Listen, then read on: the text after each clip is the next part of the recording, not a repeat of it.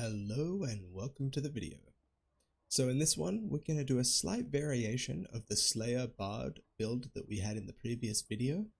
We've got everything exactly the same as the previous build, although we have switched out Second Wind for Blood Exchange, as recommended by this lovely chap over here. I think this is actually going to be a stronger build, ultimately, with Blood Exchange rather than Second Wind. It's going to be very, very, very powerful, I think. So I think we're also going to include this time around the actual acquisition of the build itself. So we're going to start off by getting ourselves a nice legendary rapier with additional damage.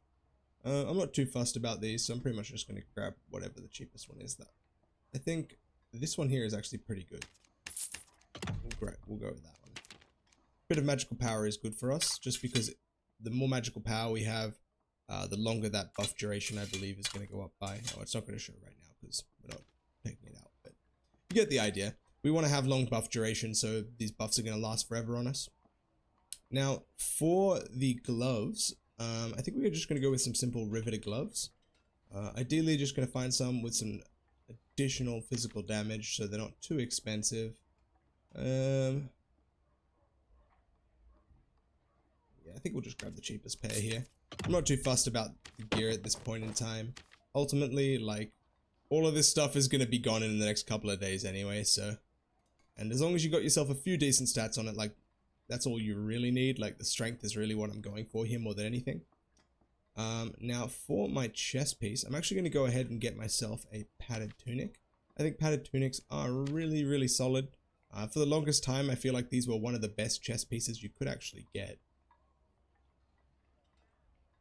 As for the stats that we're going to get on these, it is kind of dependent of what's available.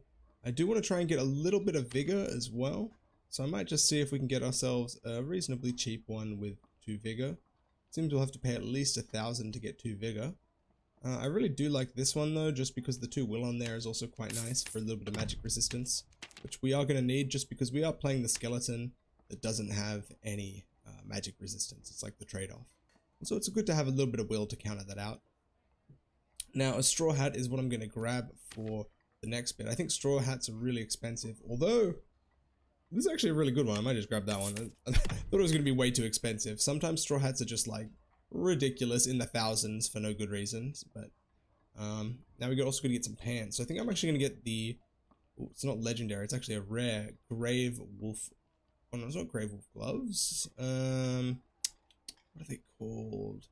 Wolf Hunter leggings, isn't it? That's it. Wolf Hunter leggings. And again, I want to get a pair with 2 vigor. What have we got here as far as options go?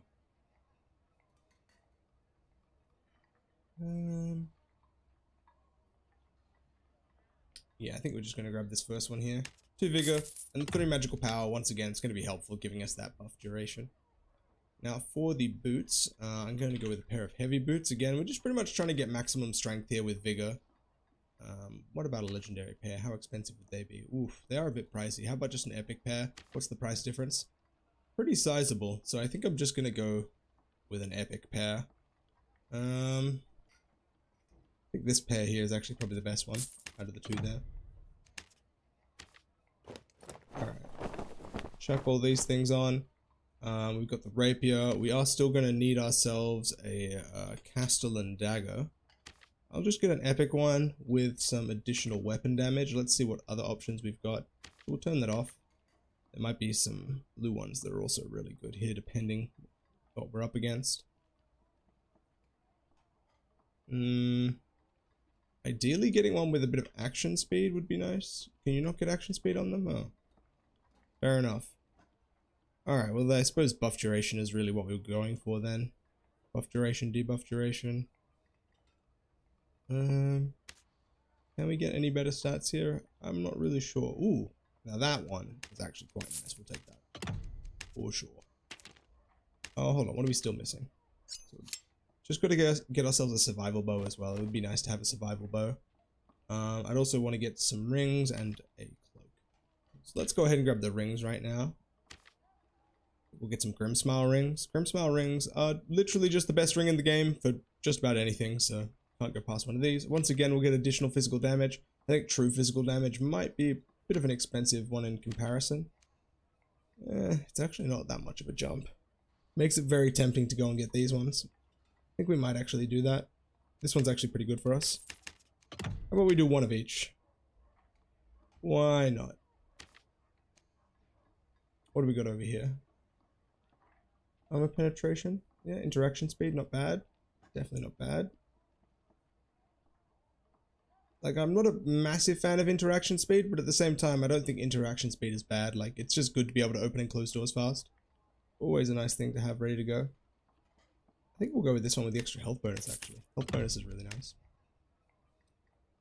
Now, for the neck piece, I think we will go ahead and get ourselves just a true physical damage neck piece.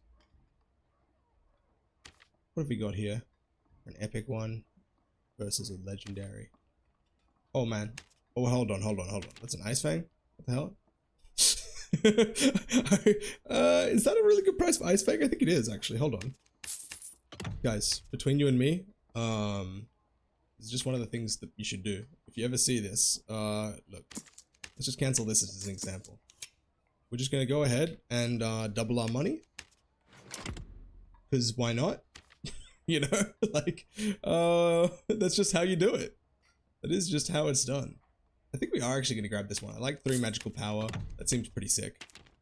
Alright, so we've almost got everything we need here. We just need to get a cloak, and then we will be ready for it. Let's just go ahead and make a little bit of room in the inventory. Finally, I think... Can't really afford a tattered cloak, but I think agility cloaks are also pretty expensive. I think a vigor cloak might actually be the way. I don't really want to go on one of these for pretty cheap. And once again, pretty nice stats for us again. I'm not too fussed about the magical power, just because that buff duration. I kind of want this, where is it? And this was the point that I realized that buff duration is not actually affected by magical power. So, better than negative, I suppose. You know, I didn't really get any items that have, like, I think just buff duration. It's pretty much just like magical power. Whatever, I suppose. It'll work itself out. Now, we do also need to get ourselves a survival bow, so we're just going to grab an epic one of them. I'm not too fussed about my survival bow either. Oh, can't read. How much for additional physical weapon damage though? 100 gold? Yeah, alright, we'll do that. That's a decent 100 gold spent, I think. There we go. Very nice. So, that's essentially the kit for what it's worth. Don't need any of this nonsense. Get all that out of there. And then obviously go and get yourself all of the heals that you'd need as well. So just a quick mouse over for everything there if you want to, you know, freeze frame and check on anything. Generally, I'm just trying to go for vigor. A little bit of physical damage reduction is not a bad idea as well because we have so much health. You know, getting that above that 31%, I think you can get it probably to 40% if you really went for items like that rather than vigor. That might actually be a better idea considering blood exchange and how that might all work. I haven't really thought too deeply about the build in that sense, but there's probably a little bit of optimization that we could do there. So the first game had barely even started, and then before I even know it, there's a goddamn panther flying right at my face. I end up taking them on in with the melee, but the panther doesn't really stand a chance when it comes to this build. Even if you've got a decent kit, a couple of swipes from the rapier and you're dead. And I've got more than enough health to take a fair few panther hits. Now this fellow, he has a rather interesting build, I'll say. I hadn't seen anything like this one before. It really did catch me off guard, and he actually did a great thing there as well. He actually stopped me from going through the door after him. You can actually stand just far enough back that if you close it behind you, players can't come through, so take note of how he did that. And this is really what took me off guard here. What the fuck? What the fuck? No, that's whack. That's fucking whack. I kept in my authentic reaction because honestly I was so taken back by that, I didn't really know what I was gonna do. I was thinking that maybe I should just try and engage in like a ranged combat with him. Maybe if I, you know, have a little bit of a back and forth, maybe I can get him low enough that it makes it worthwhile for me to just like charge in on him. It ends up being a bit difficult here because he's got the ability to siphon life, and then this goddamn smoke cloud is really kind of cramping my style here and making it a bit difficult for me.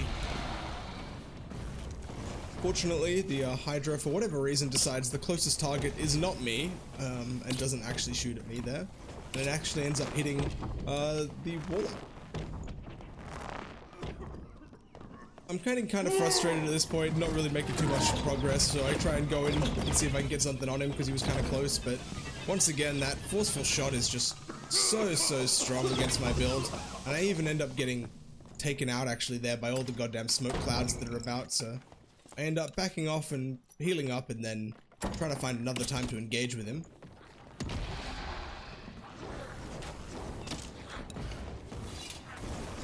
Lo and behold here, this ends up being a bit of a tight exchange. I see that he actually used his forceful shot, so I ended up closing the door behind me. And his Hydra ends up breaking it anyway. So I actually do manage to get him a bit pinned here, but what ends up ruining my day is this goddamn goblin. I thought I might be able to sneak on by the side of them, but at this point, I was just frustrated. I was a bit over it all, and I decided to get the hell on out of there. Like, that guy's build was certainly very well suited to take on mine. And it's like one of those things I've been saying. You should be wary.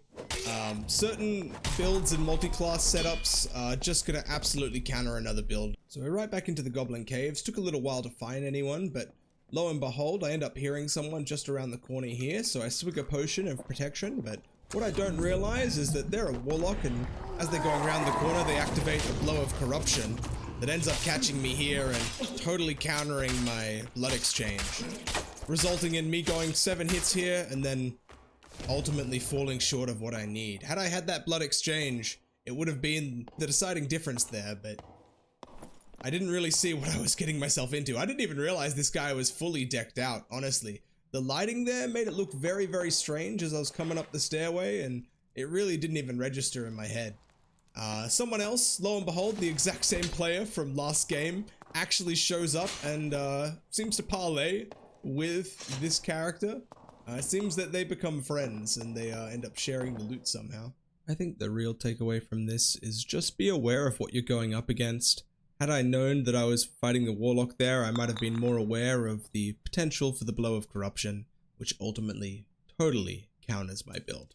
Make sure to leave a like on the video if you made it this far, and subscribe, as most of my recurrent viewers aren't actually subscribed, so it would be wonderful to have a few more of you in the fold.